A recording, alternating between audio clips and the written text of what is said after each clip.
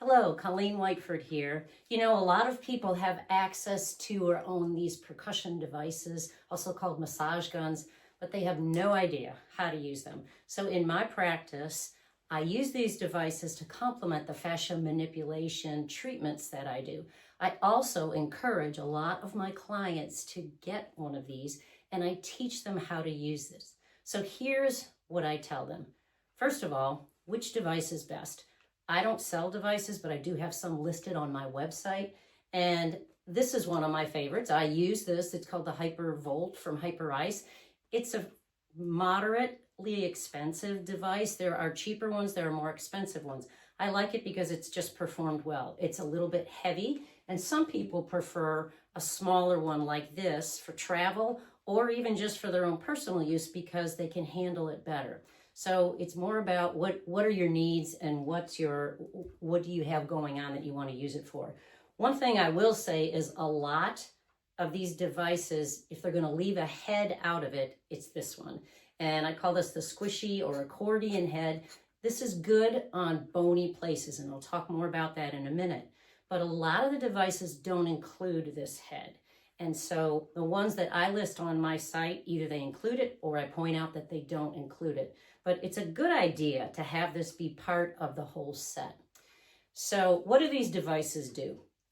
Well, it depends on your perspective and what's going on with connective tissues, but basically I explain it that they help break up bonds between tissue layers where things get adhered because they're overloaded. They also stimulate histamine and thereby also stimulate vasodilation, so it's bringing in more blood flow. So the big question people have is, where do I work on myself? Well, in my practice, I'm using the fascia manipulation model, and I teach courses on this model where people learn the points, where they're high access points, where there's more likely to be a problem if there's a loss of slide in tissue layers.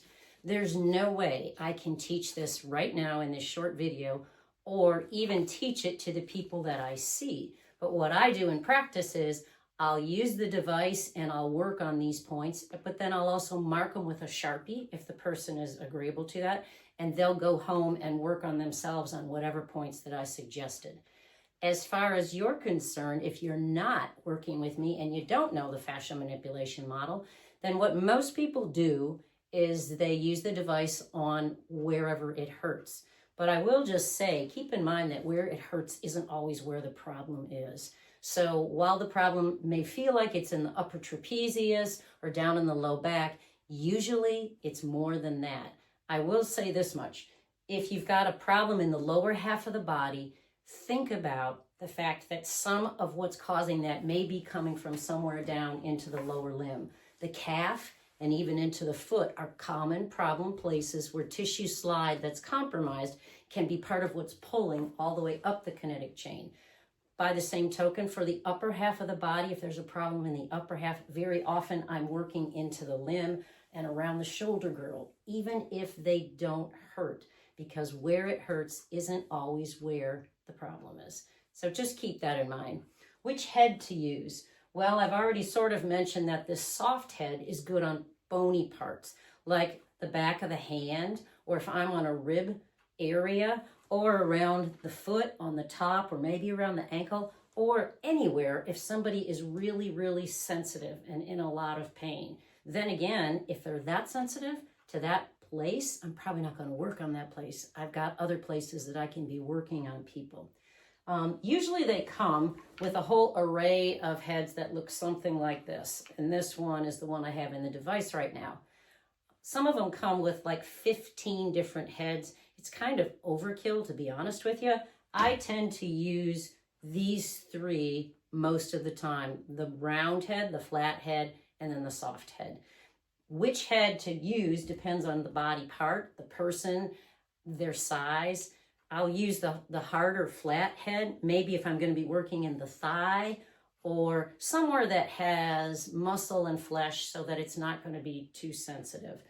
But for a place like the hip that's much more fleshy, much more muscular, then I might be able to use the round head or the flat head. And same thing into the calf, which certainly has more muscle bulk. So I'm not concerned about using the soft head in those kinds of places. So another question, how long should you be running this thing? How long do you need to keep it on a spot? It just depends. The way I practice, I'll work for a few minutes with manual techniques on a point, and then I'll alternate it with the percussion device on it. And I'll move between the two, maybe about every 2 to 3 minutes.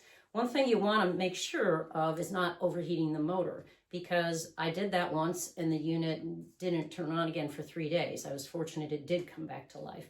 So different units may have different recommendations. Read your warranty and read your instructions that go with it. How often should you work on a point? You can do whatever you want with it. There are no protocols with it. Most people are busy and they don't have time to work on every point multiple times a day or even once a day. So I figure if I can get it in once a week on a point, I'm doing pretty good. So which speed should you use on the device? Well, that depends on which device you have. This Hypervolt has 3 speeds. I typically will use the middle speed, the medium, because the slower one almost seems to start bouncing around a bit. And the faster one I think is harder on the motor, and I don't think there's any advantage to doing that. Go with whatever feels the best to you. It depends on which body part you're working on, but also your body type and just what your preference is. And so on that note, just some precautions to mention. I had somebody the other day say the first time she tried it, the unit was bouncing around all over and it scared her. And I remember I went through that too when I was first learning to use this unit. Usually it's going to bounce around if you've got maybe too hard of a head and you're near a bony site, then you may want to change to a softer head. Either that, or it could just be a reflection of the angle that you're holding the device at, or it could be how hard you're pressing, that you're either pressing too hard or you're not pressing hard enough. So just make a few simple adjustments. Don't let that scare you from it. I've never had anybody really hurt themselves with this. But on that note, you don't need to be using the device like over a bruise, over an area where the skin is compromised at all, any sort of skin lesion. But otherwise, they're very safe. They're very helpful. They are not going to cure everything, but it's just a nice way to be able to work on yourself some at home. So I hope this is helpful for you. And if you'd like more guidance, please just reach out to me either by an email, a text, a phone call, and I'd be happy to help you in any way I can. Thanks for watching.